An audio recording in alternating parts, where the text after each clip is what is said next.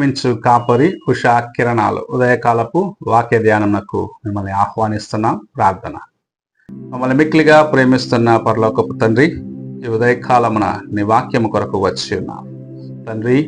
నీ వాక్యము చేత మాతో మాట్లాడము దేవా. మాకు ఆశీర్వదించి ఈ వాక్యం అనుగ్రహించము.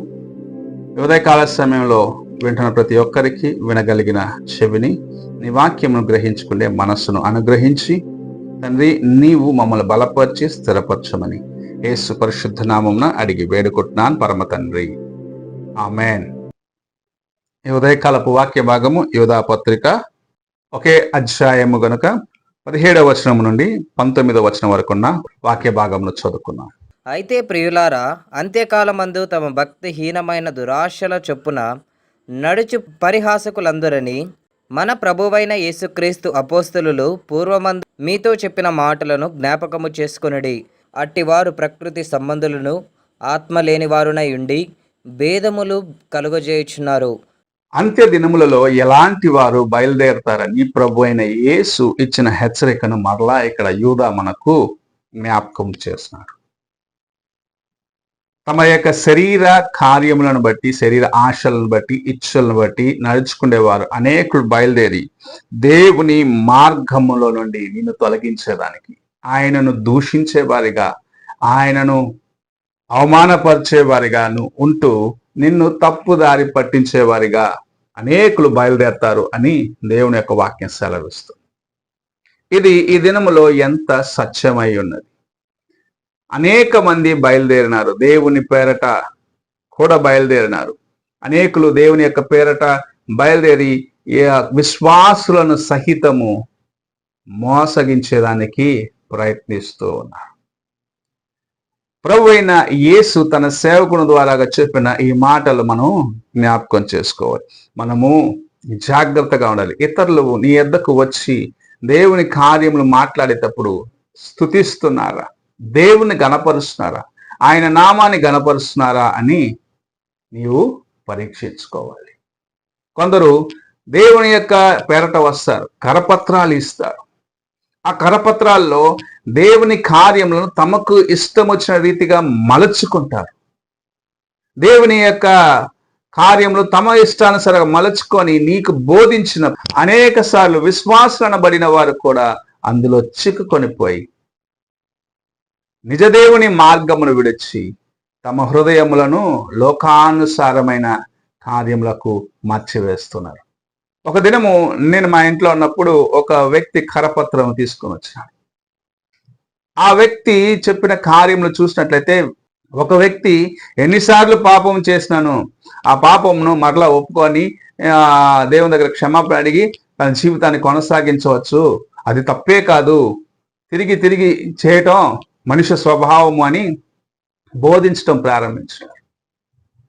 ఇలాంటి బోధనలు విన్నప్పుడు నిజముగా మనము పరిశుద్ధులుగా జీవించాలి, మనము దేవుని యొక్క వాక్యానుసారముగా జీవించాలని ఆశించి మనకు అనేక కార్యములు నేర్పిస్తుంటే, నువ్వు తప్పు చేసినా పర్లేదు, దేవుని సన్నిధికి క్షమాపణ అడుగు, మరలా అదే కార్యము చేసినా ఎలాంటి తప్పు లేదు అన్న రీతిగా బోధిస్తుంటే నిజముగా నా హృదయం ఎంతో నలిగిపోయింది. వారికి సమాధానం ఇలాంటి కార్యములు పరిశుద్ధ గ్రంథంలో చెప్పబడలేదు.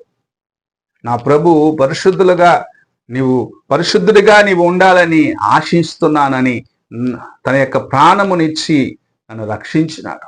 ఆయన కొరకు పరిశుద్ధ జీవితంను కలిగి ఉండాలని ఆశిస్తూ ఉన్నాడు. యుగ యుగములు ఆయనతో నివసించే ఆ కృపను కలిగి ఉండాలని ఆశిస్తూ ఉన్నాడు అని వారికి చెప్పి పంపించేశాను. నిజముగా ఈ ఉదయకాల సమయమున ఇలాంటి వారు అనేకులు బయలుదేరినారు, దేవుని పేరటనే బయలుదేరినారు. ఇది సరైన మార్గం కాదు, అది సరైన మార్గం కాదని. అలాంటి వారి యొక్క మాటలకు నీవు ఎంత మాత్రము మోసగించబడకుండా నీ జీవితమును జాగ్రత్తగా కాపాడుకో. అంత్య దినములో ఉన్నవారు అనేకులు నేను ఇలాగ మోసగించి దేవుని యొక్క రాజ్యమునకు నీవు చేరకుండగా నిన్ను వారు దేవునికి దూరము చేస్తాను. మన ప్రభు తాను జీవించిన దినముల్లోనే మత్తయి సువార్తలో చెప్పినాడు, అనేక మంది నా పేరట బయలుదేరి వచ్చి మిమ్మల్ని విశ్వాసములో నుండి తొలగించేదానికి ప్రయత్నిస్తారు, మీ యొక్క విశ్వాస జీవితం నుండి మిమ్మల్ని వేరు చేసేదానికి ప్రయత్నిస్తారని ప్రభు యేసుక్రీస్తు తాను జీవించిన కాలంలోనే చెప్పి వెళ్ళినాడు. ఈ ఉదయ కాలమున నీవు ఇలాంటి శోధనలకు గురి అవుతున్నావేమో, జాగ్రత్తగా ఉండమని ప్రభు హెచ్చరిస్తూ ఉన్నారు. అదే సమయంలో దేవుని యొక్క వాక్యము నీలో నిలిచి ఉన్నట్లయితే, తన యొక్క వాక్యము నీలో నివసించినట్లయితే, నిన్ను శోధించేవారు ఎలాంటి వారు? వారు లోకస్తుల, వారు శరీర సంబంధుల, ప్రకృతి సంబంధుల అని నువ్వు గ్రహించుకొని వారిని నువ్వు ఎదిరించేదానికి ప్రభు నీకు శక్తినిస్తాడు. వారు లోకానుసారమైన కార్యము, ఈ ప్రకృతి సంబంధమైన కార్యములు నీతో మాట్లాడినప్పుడు ఇది దేవుని యొక్క వాక్యానుసారమైన కార్యము కాదు అని నీవు వారితో మాట్లాడగలవు. నీవు అలాంటి కృపను పొందుకోవాలంటే ఈ ఉదయకాల సమయంలో ప్రభు నీతో మాట్లాడుచున్న కార్యములను జ్ఞాపకం చేసుకో. నీవు దేవుని యొక్క కార్యములను హృదయంలో భద్రపరచుకో. ఆయన నీతో మాట్లాడిన కార్యము, ఆయన నీకు తెలియపరచిన కార్యము, ఆయన నేను జాగ్రత్తగా ఉండుము, నీవెలాగూ జీవించాలని ప్రభువు నీకు నేర్పించి వెళ్ళినాడు. ప్రభు తన యొక్క సేవకుల ద్వారా నీకు నేర్పించి వెళ్ళిన కార్యములను నీవు జ్ఞాపకం చేసుకొని వాక్యానుసారంగా జీవించినట్లయితే నిజముగా నీవు ధన్యుడిగా, ధన్యురాలుగా ఉంటావు. మన ప్రభు తల్లిదండ్రులకు లోబడమన్నాడు, పరిశుద్ధమైన జీవితమును జీవించమన్నాడు, కంటిని జాగ్రత్తగా కాపాడుకోమన్నాడు, లోకమునకు ఉప్పుగా ఉండమన్నాడు, లోకమునకు వెలుగుగా ఉండమన్నాడు మనల్ని. అలాంటి జీవితంను మనం జీవించాలి, సారవంతమైన జీవితమును జీవించాలి, ఇతరులకు వెలుగిచ్చే జీవితమును జీవించాలి అని ప్రభు ఆశిస్తూ ఉన్నాడు. నిన్ను ఆ మార్గం నుండి తొలగించే కార్యము ఏవైనా సరే అది అపవాది నుండి వచ్చినదని గ్రహించుకొని నీవు దేవుని సన్నిధిలో నీ జీవితమును యథార్థముగా కాపాడుకుంటూ దేవుని వాక్యానుసారముగా నడవమని ప్రభు నీతో మాట్లాడుతూ ఉన్నాడు. ఈ ఉదయకాల సమయమున నువ్వు ఎలాగున్నావో ఒక్కసారి నీ హృదయాన్ని పరీక్షించుకో. ప్రార్థన చేసుకుందాం.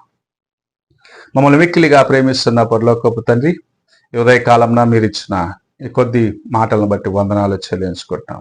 అనేకులు మమ్మల్ని మోసగించేదానికి బయలుదేరినారు. వారు ప్రకృతి సంబంధిగా ఉన్నారని మేము గ్రహించుకొని నీ వైపు చూస్తూ మా హృదయంలో యథార్థంగా కాపాడుకొని ముందుకు నడిచే కృపను అనుగ్రహించమని దేవా, మా బలహీనతలన్నింటినీ క్షమించి నీ వాక్యంలో మేము ముందుకు వెళ్ళేదానికి మాకు నేర్పించమని, ఈ లోక మాయలకు చిక్కుకొనకుండగా మోసగించబడే వారిగా మేము ఉండకుండగా నీ వాక్యమును నాయన స్థిరపరచుకునేదానికి, మా హృదయంలో భద్రపరచుకునేదానికి మాకును సహాయము చేయమని యేసు పరిశుద్ధ నామమున అడిగి వేడుకొట్టినాను పరమ తండ్రి, ఆమేన్.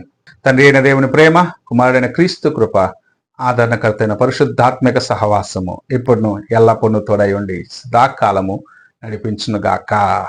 ఆమేన్.